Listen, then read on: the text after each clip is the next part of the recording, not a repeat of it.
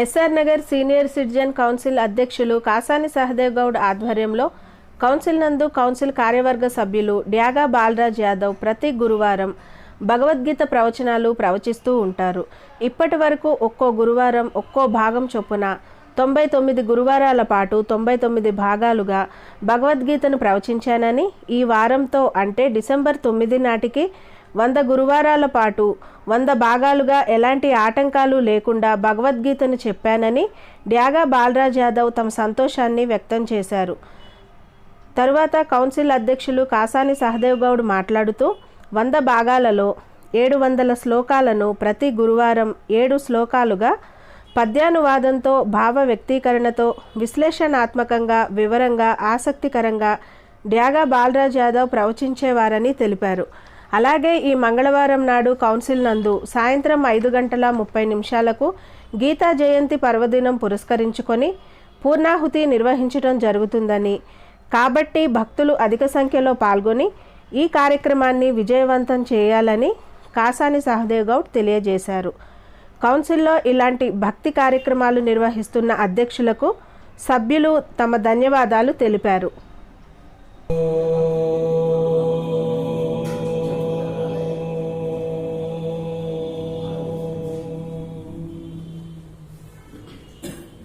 శుక్లాంబరధరం విష్ణుం శశివర్ణం చతుర్భుజం ప్రసన్నవదనం ధ్యాయేత్ సర్వవిఘ్నోపశాంతయే. అగజానన పద్మార్కం గజాననమహర్నిశం అనేకదంతం భక్తానాం ఏకదంతముపాస్మహే ఏకదంతముపాస్మహే. వందే నవఘనశ్యామం పీతకౌసేయవాససం సానందం సుందరం శుద్ధం శ్రీకృష్ణం ప్రకృతే పరం శ్రీకృష్ణం ప్రకృతే పరం. హరి ఓం శ్రీకృష్ణ పరబ్రహ్మణే నమః. శ్రీమద్భగవద్గీత ఈరోజు 18వ అధ్యాయం 66వ శ్లోకం. పోయిన వారం మనం 65వ శ్లోకం చదువుకున్నాం. 66వ శ్లోకాన్ని ఈరోజు ప్రారంభిద్దాం. ముందుగా ప్రార్థన. అందరం కలిసి సామూహికంగా స్వరంలో స్వరం కలుపుతూ మనం పఠిద్దాం. ఓం పార్థాయ ప్రతిబోధితాం భగవతా నారాయణేన స్వయం వ్యాసేన గ్రథితాం పురాణమునినా మధ్యే మహాభారతం అద్వైతామృతవర్షిణీం భగవతీం అష్టాదశాధ్యాయినీం అమృత్వావనుసందధామి భగవద్గీతే భగవద్వేషిణీం. నమోస్తుతే వ్యాస విశాలబుద్ధే పుల్లారవిందాయతపత్రనేత్ర ఏన త్వయా భారతతైలపూర్ణః ప్రజ్వాలితో జ్ఞానమయ ప్రదీపః ప్రసన్న పారిజాతాయ స్తోత్రవేత్రైకపాలే జ్ఞానముద్రాయ కృష్ణాయ గీతామృతదే నమః. వసుదేవసుతం దేవం కంసచారూరమర్దనం దేవకీ పరమానందం కృష్ణం వందే జగద్గురుం. భీష్మద్రోణతటాజయత్రదరా గాంధారనీలోత్పలా శల్యగ్రాహవతి కృపేణ వహనీ కర్ణేన కైలాకులా అశ్వత్థామవికర్ణ ఘోరమకర దుర్యోధనావర్తిని సోతీర్ణాకలు పాండవైరనది కైవర్తక కేశవ పారాశర్య వచః సరోజమమరం గీతార్థగంగోత్కటం నానాఖ్యానక కేసరం హరికథా సంబోధనాబోధితం లోకే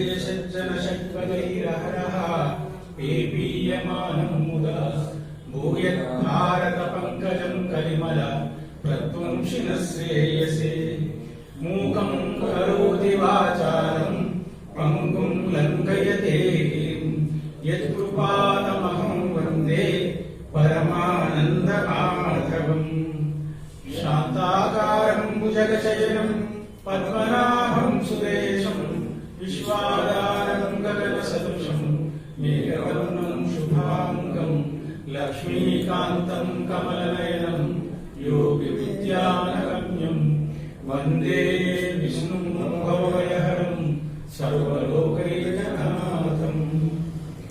యం బ్రహ్మా వరుణేంద్ర రుద్రమరుతః స్తున్వంతి దివ్యైస్తవై వేదైస్తాంగపదక్రమోపనిషదై గాయంతి యం సామగః ధ్యానావస్థితతద్గతేన మనసా పశ్యంతి యం యోగినో యజ్ఞాంతం న విదుఃసురాసురగణా దేవాయ తస్మై నమః దేవాయ తస్మై నమః హరి ఓం శ్రీకృష్ణ పరబ్రహ్మణే నమః. ఆత్మబంధులకి నమస్కారం. 18వ అధ్యాయం 66వ శ్లోకం.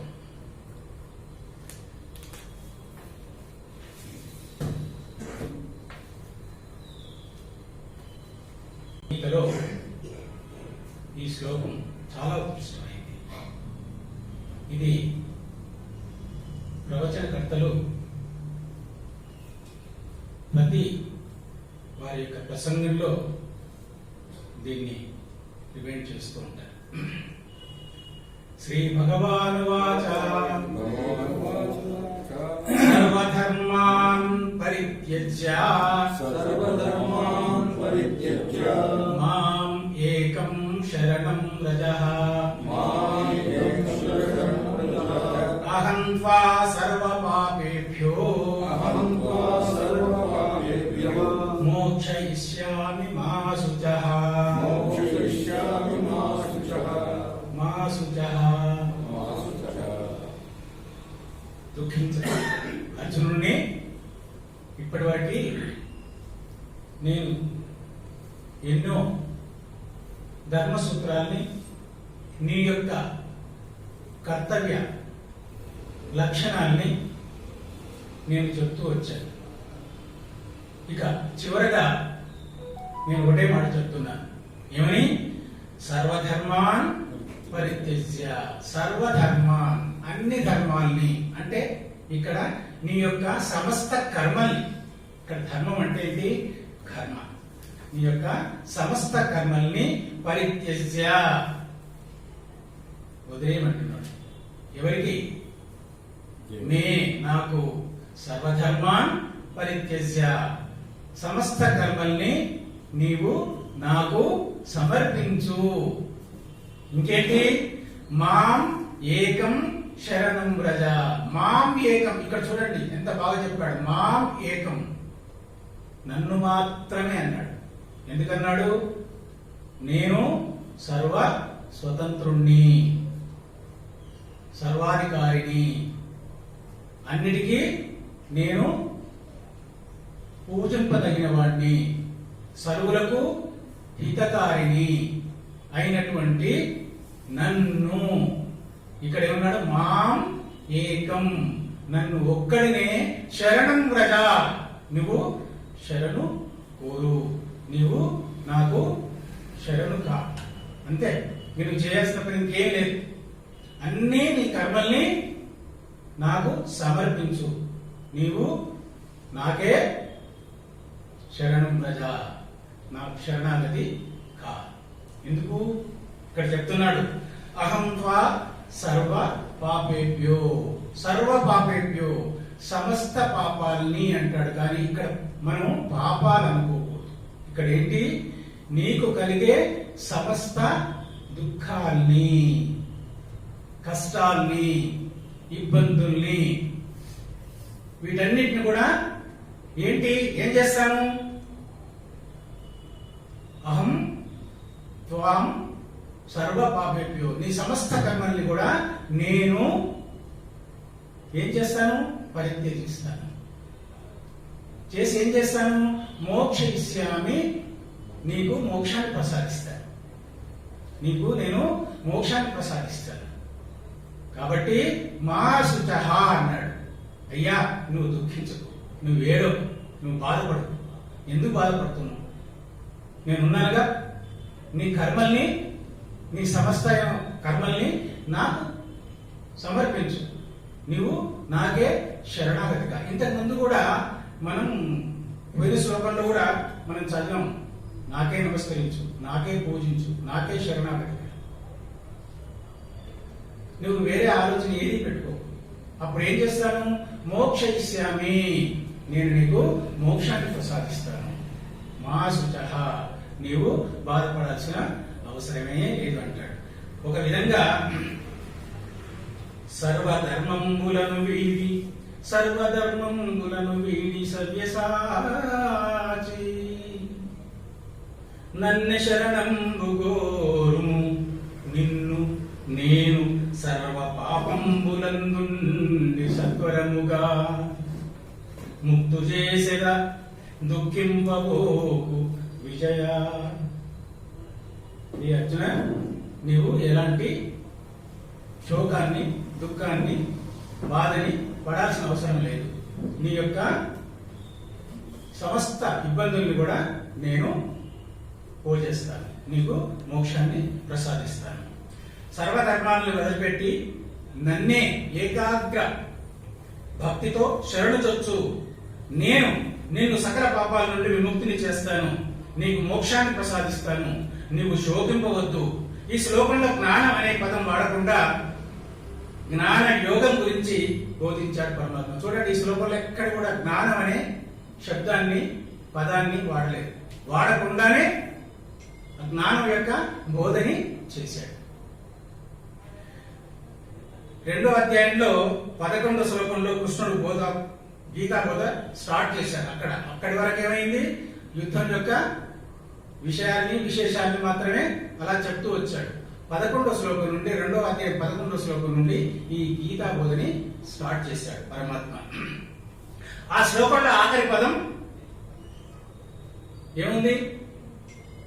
నాను శోచంతి, నాను శోచంతి, నీవు శోచంతి, దుఃఖింపకన్నాడు. మళ్ళీ ఇక్కడికి వచ్చిన తర్వాత ఇక్కడ కూడా మా శుచః అన్నాడు, నీవు బాధపడుకో అని అన్నాడు. అంటే మానవుల సహజ లక్షణం సుఖంగా ఉండటం. మానవులందరూ శివస్వరూపులు. శివ అంటే ఆనందం. మనం అందరం ఆనంద స్వరూపులమే. శోకం మన లక్షణం కాదు. మనం అనవసరంగా శోకాన్ని తెచ్చిపెట్టుకుంటున్నాం. ధర్మంగా, న్యాయంగా మానవ ప్రయత్నం చేస్తూ మిగిలిన భారం అంతా భగవంతుని మీద వేసి ఏం చేయాలి? మనం సుఖంగా ఉండాలి, ప్రశాంతంగా ఉండాలి, మనసులో కల్మషం ఉండకూడదు అని ఈ గీతా సారం. పల్లెటూళ్ళలో ఏమి చదువుకోని వాళ్ళు కూడా, పామరులు కూడా దేవుడి మీద భారం వేసి నిశ్చింతగా ఉంటే అంతా ఆయన చూసుకుంటాడు అని అనటం మనం వింటూనే ఉంటాం. స్వామి, అంతా నీదే భారం, నాదేం లేదు అని మనం మొరపెట్టుకుంటాం. గీతాసారం అంతా ఏమీ చదువుకొని ఆ పామరుడు ఆ 2 ముక్కల్లో చెప్తుంటే మనకు ఆశ్చర్యం వేస్తుంది. గీతలో ఈ శ్లోకం, పై శ్లోకం అత్యంత ప్రాధాన్యమైంది. ఇందాక నేను చెప్పాను, ఈ 2 శ్లోకాలు అర్థమైతే గీత మొత్తం అర్థమైనట్టే. ఈ శ్లోకంలో మొదటి 2 పదాలు సరిగ్గా అర్థం చేసుకోకపోతే విపరీతమైనటువంటి నానార్థాలు మనకు గోచరిస్తాయి. నీవు ఏ పని చేయకు, నీ ధర్మాలన్నీ వదిలిపెట్టు, నా దగ్గర కూర్చొని పూజించు, భజన చెయ్యి, నీకు మోక్షం ఇస్తాను అని పై అర్థాన్ని మనం ఎప్పుడు అనుకోకూడదు. ఏ పని చేయకుండా ఏ వ్యక్తి ఉండలేడు, అది సాధ్యం కాదు అన్న కృష్ణుడు ఈ మాటలు ఎందుకు చెప్తున్నాడు అంటే, పైగా అర్జునుడికి నీ స్వధర్మం అయిన క్షాత్రధర్మం ఆచరించు, యుద్ధం చెయ్యి అన్నవాడు అన్ని ధర్మాలు వదిలిపెట్టు అని ఎందుకు చెప్తాడు? కాబట్టి ఈ మాటలకు పైన అర్థం తీసుకోకుండా లోతుగా మనం అధ్యయనం చేయాలి. సర్వధర్మాన్ పరిత్యజ్య అంటే ఏ పని చేయకుండా సోమరిగా కూర్చోవడం కాదు. మానవులకు కొన్ని ధర్మాలు ఉన్నాయి, వాటిని మానవులు ఆచరించాలి. వాటినే 3 రకాలుగా మనం అనుకుంటాం. ఒకటి నిత్య, నైమిత్తిక కర్మలు. నిత్య కర్మలు అంటే ప్రతిరోజు చేసేవి నిత్య కర్మలు. స్నానం, సంధ్యావందనం, పూజ, ఇంకొకటి శాస్త్రాలు, వేద శాస్త్రాలను పఠించడం నైమిత్తిక కర్మలు. అంటే ఏదో ఒక నిమిత్తంతో చేయాల్సినవి. పుట్టగానే జాతక కర్మలు, ఉపనయనాలు, మరణిస్తే అంత్యక్రియలు, మానసికాలు, ఆప్తికాలు ఇలాంటివి. జీవన్ముక్తుడైన తర్వాత ఇవి చేయకపోయినా పర్వాలేదు, కానీ సామాన్య మానవుడు ఇవన్నీ చేయాలి. అయితే కేవలం ఇవి ఆచరిస్తేనే మోక్షం రాదు. ఈ నిత్య నైమిత్తిక కర్మల కంటే భగవంతుని మీద అనన్య భక్తి, ఏకాగ్ర బుద్ధి కలిగి ఉండటం ఉత్తముని యొక్క లక్షణం. భగవంతుని మీద ఏకాగ్ర బుద్ధి, శ్రద్ధ, మనోనిగ్రహం, ఇంద్రియ నిగ్రహం సాధిస్తే నిత్య నైమిత్తిక కర్మలు చేయకపోయినా పర్వాలేదు అంటాడు పరమాత్మ. కాబట్టి మనం సర్వధర్మాన్ పరిత్యజ్య అంటే పరమాత్మ సోమరితనాన్ని ప్రోత్సహిస్తున్నాడు అని మనం ఇక్కడ భావించకూడదు. ఏ కర్మ చేసినా దానిని నేను చేస్తున్నాను అనే అహంకారం, కర్తృత్వ భావన లేకుండా చేయాలి. అప్పుడు ఆ కర్మల బంధనాలు మనకు అంటవు. సర్వధర్మాన్ పరిత్యజ్య అనే పదాలు మనం ఉన్నాం. గుడికి పోయి టెంకాయ కొట్టి, అరటిపళ్ళు పెట్టి దేవుణ్ణి అంతులేని వరాలు కోరుకుంటాం. నారు పోసిన వాడిని మర్చిపోతున్నాం. నారు పోసిన వాడు నీరు పోయడా అనే సామెత కూడా మనం అన్వయించుకుంటాం. కర్తవ్య కర్మల్ని మర్చిపోతున్నాం. అదే మన అజ్ఞానం. గజేంద్రుడు కూడా తన ముసలితో పోరాడి పోరాడి అలసిపోయి తన కర్తవ్యాన్ని నెరవేర్చి అప్పుడు నీవే తప్ప నితప్పరం పెరుగా అని చెప్పి ఆయన ఎంత శరణాగతుడయ్యాడంటే, అంతేగాని ముసలి తన కాలు పట్టుకోగానే దేవుడా నన్ను రక్షించు అని మొరపెట్టుకోలేదు.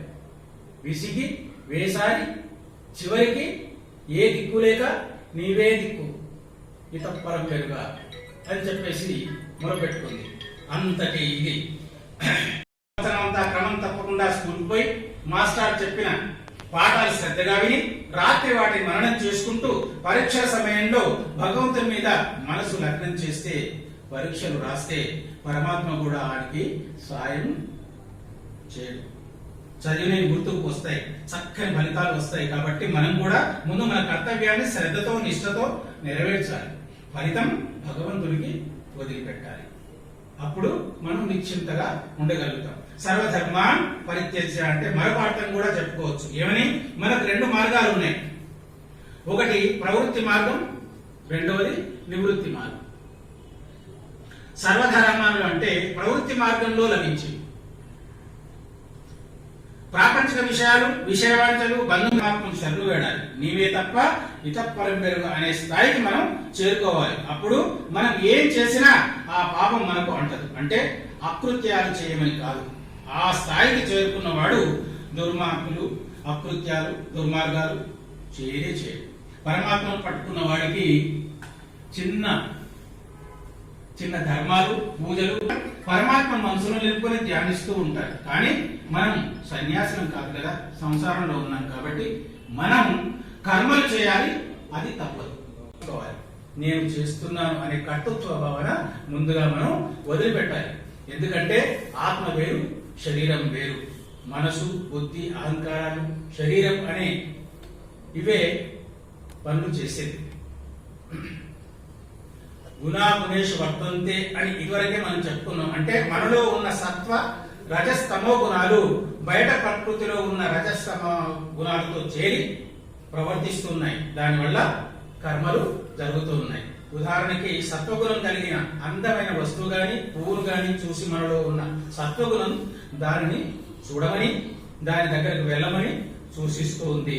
అప్పుడు మనం దాని దగ్గరికి వెళ్తాం. కానీ రజోగుణం, తమోగుణం కలిగిన పామును, పులిని చూసి మనలో ఉన్న రజస్తమో గుణాలు దానిని చంపుకోలేక పరిగెత్తు అని సూచిస్తాయి. ఎందుకది? క్రూర జంతువు కాబట్టి. వెంటనే మనం ధైర్యం ఉంటే కత్తో కర్రో తీసుకుంటాం, లేకపోతే పరుగులు అందించుకుంటాం. ఇవన్నీ ఆత్మ కేవలం సాక్షి మాదిరి చూస్తూ ఉంటుంది. కాబట్టి మనం స్వధర్మనిష్ట కలిగి ఉండాలి, కర్మలు చేయాలి. కానీ అవన్నీ మనలో ఉన్న గుణాల ప్రభావంతో ప్రకృతి సిద్ధంగా జరుగుతున్నాయి. కానీ వాటిని నేనే చేస్తున్నాను అని ఎప్పుడు కూడా మనం కర్తృత్వ భావనతో అనుకోకూడదు. నేను వేరు, శరీరం వేరు అనే జ్ఞానాన్ని మనం ముందుగా తెలుసుకోవాలి. ఈ విషయాన్ని తెలుసుకోవాలంటే మనకేం కావాలి? ఆత్మజ్ఞానం కావాలి. సర్వధర్మాన్ పరిత్యజ్య అనే పదాలు మనకు ఎప్పుడు స్ఫురణకు రావాలి. మమేకం అంటే పరమాత్మను ఒక్కడే శరణు వేడాలి. అనన్య భక్తి కలిగి మనం ఆచరించాలి. మనసు చంచలం కాకుండా చూసుకోవాలి. చెట్టుకు మొదట్లో నీరు పోస్తే చిటారు కొమ్మకు కూడా చేరినట్టు పరమాత్మని ఏకాగ్ర బుద్ధితో పూజించి ధ్యానిస్తే అన్ని దేవతలను పూజించినట్టే, అన్ని ధర్మాలు ఆచరించినట్టే అని, అన్ని కర్మలు చేసినట్టే. ఆకాశాత్ పతితం తోయం యథా గచ్చతి సాగరం. సరకాలుగా పూజించిన అవి అన్ని కూడా ఆ పరమేశ్వరునికే చెందుతాయి. అందుకే మాం ఏకం అని ఇక్కడ భగవానుడు వాడాడు. ఎక్కడ ఏకం అంటే నన్నే పూజించు అని కాదు, అన్ని దేవతా స్వరూపాలు ఆయన రూపాలే కాబట్టి ఏకమేవ అద్వితీయం బ్రహ్మ, బ్రహ్మం ఒక్కడే, ఇద్దరు కాదు అనే స్థితికి మనం ముందుగా చేరుకోవాలి. దేవుళ్ళ మధ్య భేద భావాలని మనం వదిలిపెట్టాలి.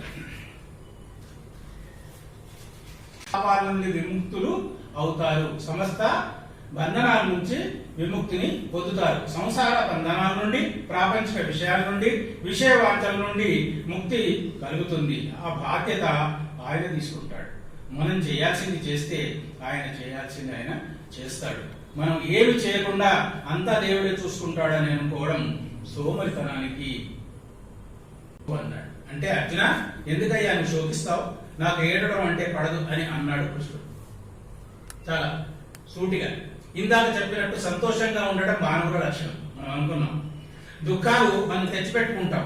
అర్జునుడు కూడా జరిగినవి, జరగబోయేవి ఏవేవో ఊహించుకొని బాధపడుతున్నాడు. అవి వదిలిపెట్టు, భారం నా మీద వేసి యుద్ధం చేయి, నీ ధర్మం నెరవేర్చు, నీకు ఏ పాపం అంటదు అని బోధించాడు కృష్ణుడు.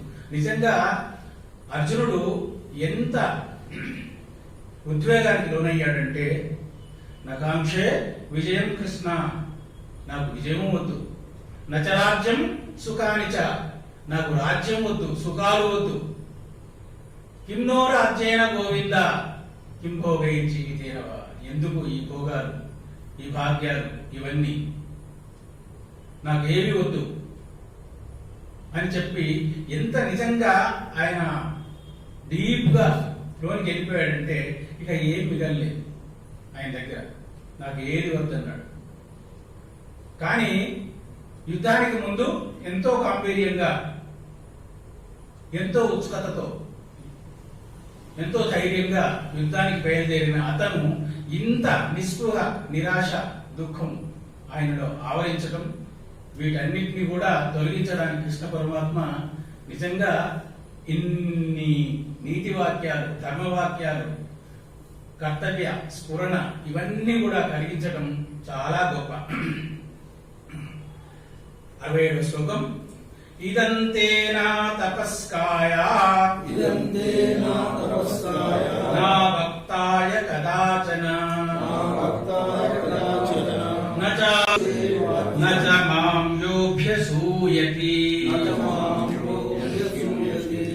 చూడండి, ఈ శ్లోకంలో కృష్ణ పరమాత్మ ఎవరికి చెప్పకూడదు అనే ఒక నిర్దిష్టమైనటువంటి ఆయన యొక్క భావాన్ని వ్యక్తపరిచాడు. దీంట్లో ఏమంటాడు? ఇదంతే నా తపస్కాయ, తపస్కులు కాని వారికి, ఇంకా నా భక్తాయ, నా భక్తులు కాని వారికి, అంటే నన్ను విశ్వసించని వారికి, కదాచన, అదేవిధంగా నచ శుశ్రూషనే, ఎవడైతే ఈ నా యొక్క హితవాక్యాన్ని,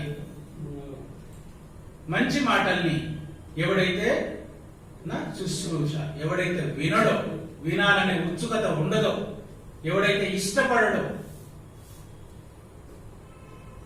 అదే కాకుండా ఇంకోటి అంటాడు ఏంటి? మాం యోభ్య సూయతి, నన్ను ఎవడైతే ద్వేషిస్తాడో, అది కూడా అన్నాడు చివరికి, నన్ను ఎవడైతే ద్వేషిస్తాడో అలాంటి వాడికి ఈ గీతావాక్యాన్ని, ఈ గీతా బోధని, ఈ హితవాక్యాన్ని ఎప్పుడు కూడా చెప్పకూడదు అంటాడు.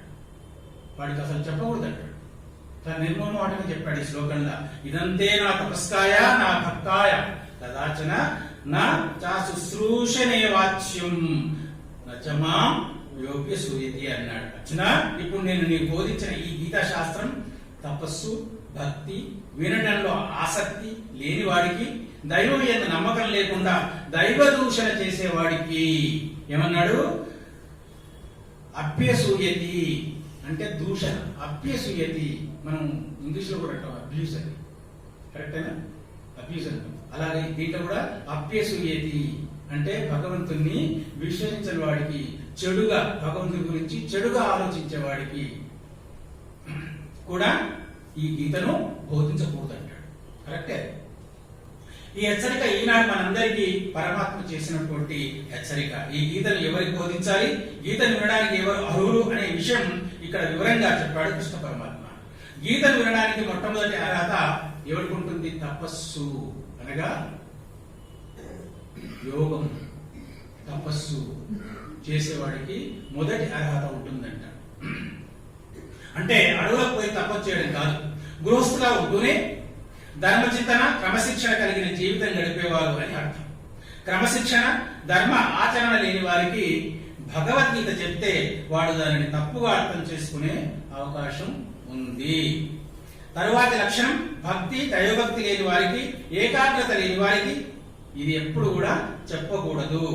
మనం కృష్ణుని దేవుడిగా పూజిస్తున్నాం, అందుకే శ్రీకృష్ణుని భగవాన్ అని సంబోధిస్తున్నాం. ఇది విధంగా భగవాన్ ఉవాచ, భగవానుడే స్వయంగా చెప్పిన అటువంటిది ఈ భగవద్గీత. అందుకే దీన్ని భగవాన్ ఉవాచ అని అన్నారు.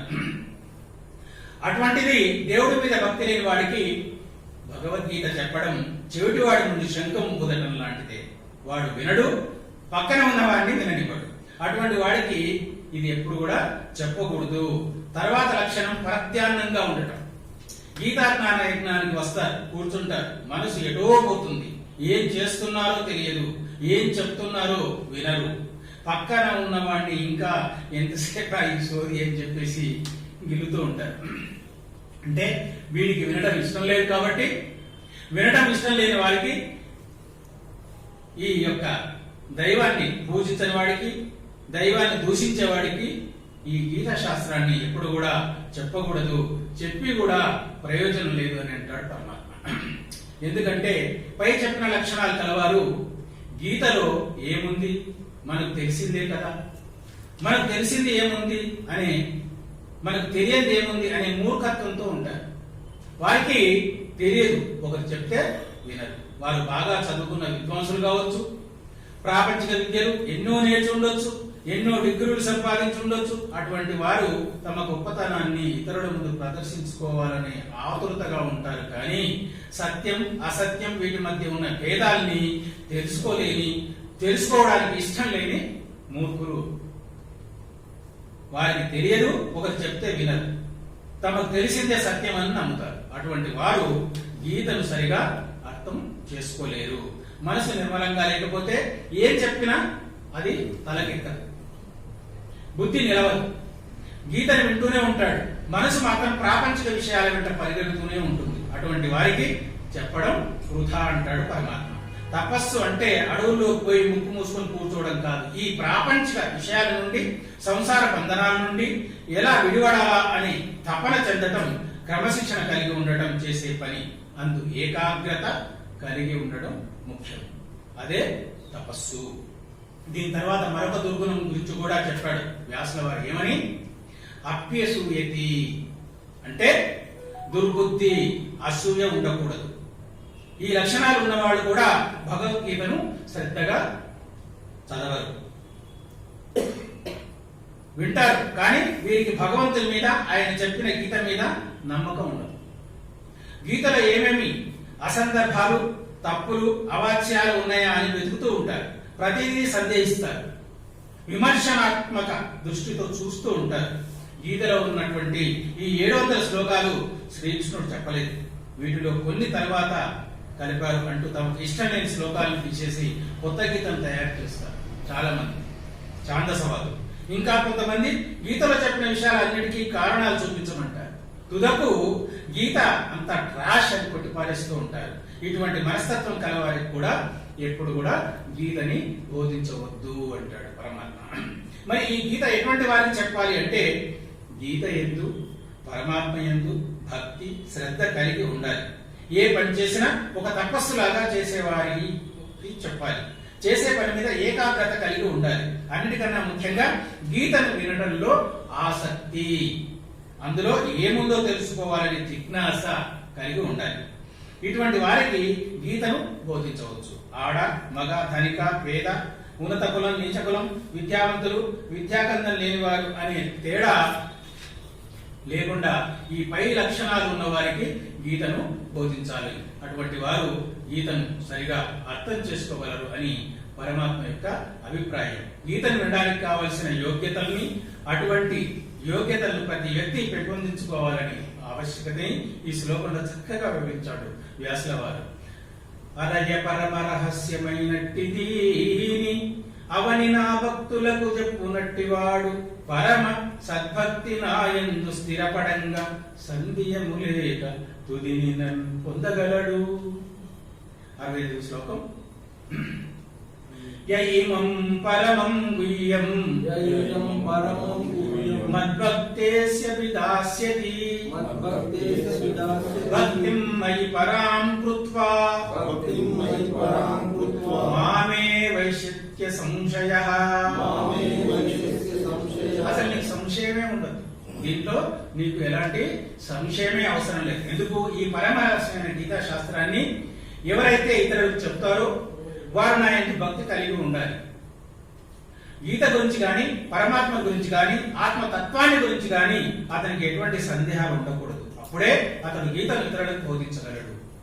గీతను ఇతరులకు బోధించిన దానికి ఫలితంగా అతను నన్నే పొందగలడు. గీత మీద అవగాహన లేకుండా పరమాత్మ మీద విశ్వాసం లేకుండా గీతను ఎవరు ఇతరులకి బోధించలేరు కూడా. కాబట్టి గీతను వినేవాళ్లే కాదు, గీతను బోధించే వాళ్ళు కూడా కొన్ని నియమాలను కలిగి ఉండాలంటాడు. పురాతన కాలం నుండి కూడా అనేక మంది గీతాచార్యులు గీతను ఎన్నో భాష్యాలు రాశారు, వివరణలు ఇచ్చారు, వ్యాఖ్యానాలు చేశారు. జ్ఞాన యజ్ఞాల పేరిట ఎంతో మందికి గీతను బోధిస్తున్నారు. అందరికీ గీతతో పరిచయం కలిగిస్తున్నారు. మన గురించి చెప్తున్న శాస్త్రం గీత అనే పేరుతో ఒకటి ఉంది అనే జ్ఞానాన్ని అందరికీ కలిగిస్తున్నారు. దీన్ని జ్ఞాన యజ్ఞం, జ్ఞానదానంగా పరిగణించవచ్చు. గీతా జ్ఞాన యజ్ఞాల్ని, గీతా జ్ఞాన దానాన్ని, గీతను ఒక తపస్సుగా భావించే వీరందరూ ఆ పరమాత్మకు అత్యంత ప్రియులు. అటువంటి గీతాచార్యులు ఎటువంటి సంశయం లేకుండా తుదకు పరమాత్మని పొందగలరు. అంటే గీతా జ్ఞానాన్ని ఇతరులకు పంచిపెడితే అతనికి మోక్షం లభిస్తుంది. ఇది వ్యాసుల వారు గీతాచార్యులకు ఇచ్చినటువంటి ఒక వాగ్దానం. కాకపోతే గీతను ఇతరులకు బోధించే ముందు ఆ బోధించే వారికి గీత యందు, గీత చెప్పిన శ్రీకృష్ణుని యందు పరమమైన భక్తి కలిగి ఉండాలి. భక్తి లేని వాడు భక్తి యోగాన్ని ఎలా బోధించగలడు? కాబట్టి గీతాచార్యులు అందరూ ముందు గీతను భక్తి శ్రద్ధతో చదివి అర్థం చేసుకొని మననం చేసి ఆచరించి తమ అనుభవాలను ఇతరులతో పంచుకోవాలి. వారి హృదయాలకు హత్తుకునేట్లు చెప్పగలగాలి. అంతేగాని కేవలం పెద్దవారు రాసిన భాష్యాలను చదివి వినిపించడం గీతాబోధం కాదు. అటువంటి వారు చివరకు నన్నే పొందుతారు అని గీతాచార్యుడు మనకు వాగ్దానం చేశాడు. 69వ శ్లోకం. నచ తస్మాన్ మనుష్యేషు కచ్చిన్మే ప్రియకుత్తమః భవితా నచ మే తస్మా నన్య ప్రియతరో భువి. ఈ ధరాతలం పైన, ఈ భూమండలంలో ఒకటి నచ తస్మాన్ మనుష్యేషు కచ్చిన్మే ప్రియకుత్తమః. ఎవడు కూడా నాకు ప్రియతముడు కాడు, ఇష్టుడు కాడు. ఎలాంటి వాడు ఇష్టుడు అంటే ఇక్కడ చెప్తున్నాడు, నచ తస్మాన్ మనుష్యేషు కచ్చిన్మే ప్రియకుత్తమః కవిత నచమే తస్మాత్ ధన్య ప్రియతరో భువి. మనుజులందున నా భక్త జనుల కొరకు చెలిమి ఈ భగవద్గీత చెప్పునట్టి వాని కంటెను ప్రియమైన వాడు నాకు ముందు లేడన్న మరియు ఇప్పుడు లేడు. ఎంత బాగా చెప్పాడు దీంట్లో అంటే, నేను దీనికి పద్యానువాదం ఈ విధంగా చేశాను. మనుజులందున నా భక్త జనుల కొరకు చెలిమి ఈ భగవద్గీత చెప్పునట్టి వాని కంటెను ప్రియమైన వాడు నాకు ముందు లేడు ఎన్న మరియు ఇప్పుడు లేడు. ముందు కూడా లేడు, ఇప్పుడు కూడా లేడు. గీత ఇతరులకు భక్తితో బోధించేవారు మాత్రమే నాకు అత్యంత ప్రియులు అంటాడు. ఏమని? ప్రియకృతమః, నాకు అత్యంత ప్రియులు. వారికంటే నాకు ప్రియములు కూర్చువారు ఈ భూమి మీద మరొకరు లేరు అని భగవానుడు ఇక్కడ చెప్తూ, పరమాత్మ అనుగ్రహం పొందాలంటే గీతను చదవటం కానీ, అధ్యయనం చేయటం కానీ, అర్థం చేసుకొని బోధించడం కానీ చేయాలి. అప్పుడే మనకు ఆత్మజ్ఞానం కలుగుతుంది. ఆత్మజ్ఞానం కలిగితే మనకేమొస్తుంది? మోక్షం వస్తుంది. అప్పుడే వారు పరమాత్మకు అత్యంత ప్రియులవుతారు. ఇంతకన్నా ప్రియులు ఈ భూలోకంలో ఇక ముందు కూడా ఉండబోరు. అంటే ఏ పని చేసినా ఇంతకంటే ప్రియమైన పని మరొకటి లేదు అని ఇక్కడ పరమాత్మ యొక్క భావన. మానవులు పరమాత్మకు ప్రియమైన పూజలు, వ్రతాలు, యజ్ఞాలు, యాగాలు, దానాలు, ధర్మాలు, పుణ్యక్షేత్ర దర్శనాలు చేస్తూ ఉంటారు. వాటన్నిటితో పాటు గీతను చదవటం, ఇతరులకు చెప్పడం ఉత్తమం. అటువంటి వారు నాకు ఇష్టలు అంటున్నాడు పరమాత్మ. గీతాసారాన్ని ఎవరికి వారు తమలోనే అట్టి పెట్టుకోకుండా ఇతరులకు కూడా పంచిపెట్టాలని, అందరికి ఆత్మజ్ఞానం గురించి తెలియజెప్పాలని ఇక్కడ శ్రీకృష్ణుడి యొక్క అభిమతం, అతని యొక్క అభిప్రాయం. ఇటువంటి వారికన్నా నాకు అత్యంత ప్రియుడు భూలోకంలో ఇప్పుడే కాదు భవిష్యత్తులో కూడా మరొకడు ఉండబోడు అని చెప్పాడు పరమాత్మ. వీటి అర్థం ఒకటే. గీతను శ్రద్ధగా సరిగా చదివి అర్థం చేసుకున్న, తాను అర్థం చేసుకున్న విషయాలని ఇతరులకు బోధించిన అతనికి ఆత్మజ్ఞానం కలుగుతుంది. తాను వేరు, శరీరం వేరు, తాను ఆత్మస్వరూపుడు అనే జ్ఞానం కలుగుతుంది. తద్వారా పునర్జన్మ నుండి విముక్తి కలుగుతుంది. ఇదే గీతా సారం. నిజంగా ఎంత బాగా చెప్పాడంటే దీంట్లో 70వ శ్లోకం. అద్వేష్యతే చయ ఇమం ధర్మ్యం సంవాదమావయో జ్ఞానయజ్ఞేన తేనాః ఇష్టం శ్యామితి మే మతిః. ఎవరైనా మన ఇద్దరి మధ్య జరిగిన ఈ సంవాదాన్ని ఇక్కడ ఏమన్నాడు? సంవాద మావయో అన్నాడు. మన ఇద్దరి మధ్య జరిగినటువంటి ఈ సంవాదాన్ని ఎవరికైతే చెప్తారో, ఎవరి చేతనైతే ఆచరింప చేస్తారో వారు నాకు జ్ఞాన యజ్ఞం అనగా యజ్ఞం చేసినంత పుణ్యం వారికి లభిస్తుంది అంటాడు. నిజంగా అలాంటి పుణ్యం నాకు లభిస్తుంది. మీ అందరికీ చెప్పడం వల్ల నా జన్మ ధన్యమవుతుంది. విన్న మీ అందరికి కూడా ఈ గీత యొక్క మహత్యం తెలుస్తుంది. కొంత గొప్ప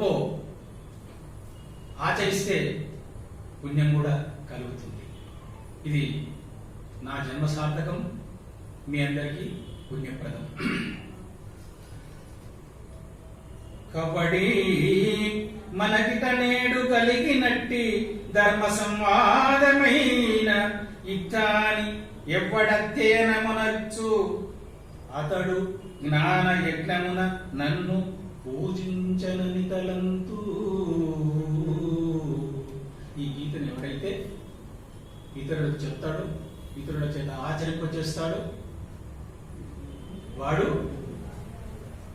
గొప్ప యజ్ఞాన్ని నాకు చేసినంత తృప్తి నాకు కలుగుతుంది అంటాడు భగవాన్. నిజంగా ఎంత ఇదో చూడండి. భగవంతుని ఆరాధించడం అనేక రకాలుగా జరుగుతూ ఉంటుంది. భగవంతుని భక్త శ్రద్ధలతో అవగాహన చేయటం, అలంకరించడం, పూజించడం, ఆరాధించడం, నివేదనలు అర్పించడం, ఊరేగింపులు చేయడం, దేవాలయాలు కట్టించడం, ఉత్సవాలు జరిపించడం, ఇవన్నీ కూడా ఏంటి? సగుణోపాసన. అనేక రకాలుగా చేస్తూ ఉంటారు. మరి కొంతమంది నిర్గుణోపాసన అంటే నిరాకారుడు, నిర్గుణుడైన పరమాత్మ శాస్త్రాలు చదవడం, అర్థం చేసుకోవడం, ఆచరించడం, ధ్యానం చేయడం, తద్వారా ఆత్మజ్ఞానాన్ని పొందడం మొదలగు ప్రక్రియ ద్వారా ఆరాధిస్తూ ఉంటారు. ఎన్నో రకరకాలుగా. కానీ ఈ శ్రీకృష్ణ సంవాదం ఉపనిషత్తుల సారం, యోగ శాస్త్రం, బ్రహ్మ విద్య, ఈ మూడు కలిపి చిలికి వడబోస్తే వచ్చిన సారం భగవద్గీత. ఈ గీతను చదవడం, అధ్యయనం చేయడం, దాని ద్వారా జ్ఞానాన్ని సంపాదించవచ్చు. దీన్నే గీతా జ్ఞాన యజ్ఞం అని కూడా అంటారు. గీత జ్ఞాన యజ్ఞం చేయటం అంటే గీతను భక్తి శ్రద్ధలతో చదవడం, అధ్యయనం చేయడం, ఇతరులకు చెప్పడం. ఇవి అన్ని భగవదారాధనలో అత్యుత్తమైనవి. అదే నాకు చాలా ఇష్టమైంది అని కృష్ణుడు గట్టిగా నాకు చెప్పాడు. గీతను ఇతరులకు చెప్పే ముందు అతను బాగా అధ్యయనం చేయాలి, గీతాసారం తెలుసుకోవాలి, జీర్ణించుకోవాలి. అప్పుడే ఇతరులకు బోధించగలడు. గీతను ఇతరులకు చెప్పడమే భగవంతుని ఆరాధన. గీతను చదవడం, అర్థం చేసుకోవడం, ఇతరులకు చెప్పడం, ఈ మూడు ప్రక్రియలు భగవంతుని పూజించడం, ఆరాధించడంతో సమానం. దానివల్ల తనకు తాను మేలు చేసుకుంటాడు, ఇతరులకు మేలు కలిగిస్తాడు. ఈ గీతా జ్ఞాన యజ్ఞంలో జ్ఞానమే హోమాగ్ని, గీతను బోధించేవాడు యాజ్ఞికుడు, గీతను వినేవాడు యజమాని, యజమానిలో ఉన్న ఆ జ్ఞానమే ఆహుతుడు, అతని అహంకారమే బలి పశువులు. ఈ గీతా జ్ఞాన యజ్ఞంలో యజమానిలో పేరుకుపోయిన అజ్ఞానం అనే ఆహుతుల్ని అగ్నిలో వేసి భూతం చేస్తున్నాం, భస్మం చేస్తున్నాం. అహంకారం అనే పశువును బలిస్తున్నాడు. ఆ యజ్ఞం చేయడం ద్వారా జ్ఞానం అనే ఫలాన్ని పొందుతూ ఉన్నాడు. ఇదే గీతా జ్ఞాన యజ్ఞం.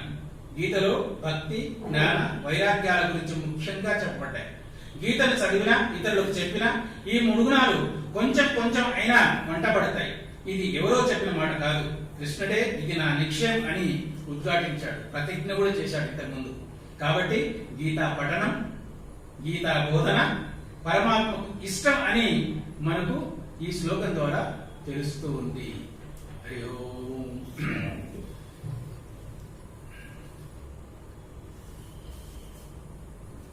ఇక వచ్చే వారం కాకుండా మంగళవారం 14వ తారీఖు అతి పుణ్యప్రదమైనటువంటి గీతా జయంతి. వచ్చే 14 మంగళవారం గీతా జయంతి. ఆ రోజు మనం ఈ భగవద్గీతని కంక్లూడ్ చేసుకుందాం. ఆ రోజు పూర్ణాహుతి సమర్పించుకుందాం. మీరంతా ఆ రోజు అధిక సంఖ్యలో పాల్గొని మన ఈ సంస్థ యొక్క యాజమాన్యం, అధ్యక్షుల వారు, కార్యదర్శులు, కమిటీ మెంబర్స్, సభ్యులందరూ కూడా దీనికి తోడ్పాటును అందించి దీన్ని సఫలీకృతం చేస్తారని నేను ఆశిస్తున్నాను. అలాగే ఈ భగవద్గీతని వినడం, చెప్పడం, ఇందాక నేను అన్నట్టుగా అది నా అదృష్టం, నా భాగ్యం. వినడం మీ యొక్క శ్రద్ధ, భక్తి, ఉత్సుకత. కాబట్టి 14వ తారీఖున ఈ గీతా జయంతి రోజున ఈ భగవద్గీతని సంపూర్ణంగా మనం పూర్ణాహుతి చేసుకుందాం. ఇకపోతే ఏది చెప్పుకున్నా